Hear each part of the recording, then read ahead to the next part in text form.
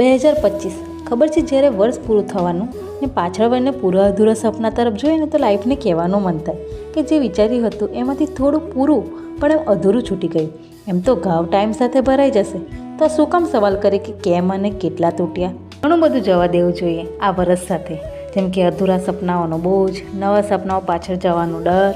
તો હવે છે ને જાન્યુઆરીથી શૂન્યથી શરૂઆત નથી કરવી, બસ એ જ સફરને આગળ વધારવું છે. એવો સમય પણ આવ્યો કે જેણે ગીવ અપ જ કરાવી દીધું, ને પછી એવો પણ કે જાણે નવી જિંદગી જ આપી દીધી.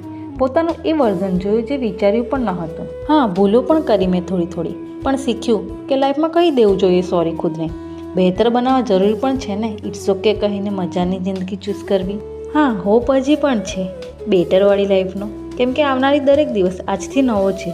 વરસ વીતી ગયું છે. આઈ વિશ કે નેગેટિવ વાતો, નેગેટિવ વસ્તુ એ પણ પતશે, કેમ કે એક નવા ફ્રેશ સ્ટાર્ટની તો જરૂર છે જ, હે ને.